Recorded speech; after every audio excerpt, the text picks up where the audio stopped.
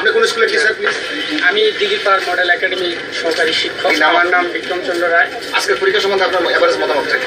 আমার আজকের পরীক্ষাটা দেখে আমার খুবই ভালো লাগছে, কারণ আমাদের এলাকার একটা ব্যতিক্রম যে উদ্যোগ।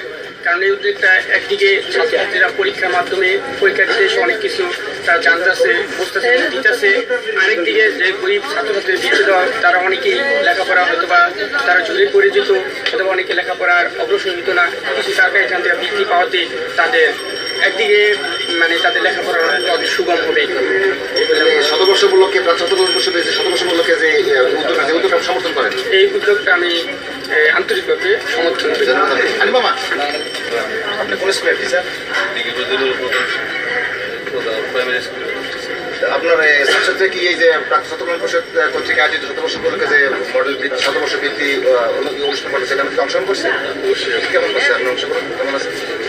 ক্লাস 5 এর তো আপনার এত হলটা দেখছেন বলে হলের পরিবেশটা কেমন? এই সম্বন্ধে আপনার এভারেজ মতামত করেন? মোটামুটি সুন্দর। কোশ্চেনের স্ট্যান্ডার্ডটা কেমন আছে? আপনি চট্টগ্রাম পরিষদ কর্তৃক আয়োজিত শতবর্ষ উপলক্ষে যে ওয়ার্কটা, এটা কি আপনি সমর্থন করেন না? অবশ্যই এটাকে আমি সমর্থন করে কেউ কেউ বলে মনে করে যে এটা যদি আমরা একটা অনুষ্ঠান করতাম, একদিন শেষ দিন দিয়ে অনুষ্ঠান যে পেনশন দিয়ে আমরা বিকার অনুষ্ঠান শেষ করতাম, সেটাই কি কাজ হইতো না এরকম যে মানবতামূলক কাজগুলো এগুলোর মধ্যে কমপ্লিটলি আপনি কোনটাকে পছন্দ করেন? এটাই ভালো আমি মনে করি।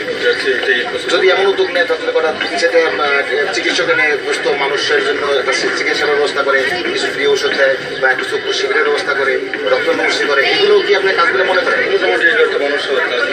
তাহলে আপনার অনুষ্ঠানটা আপনার একটা সম্পূরক বা একটা ক্লোজিং, কিন্তু ওয়ার্ক থাকতে হবে যে কোনো কারণে।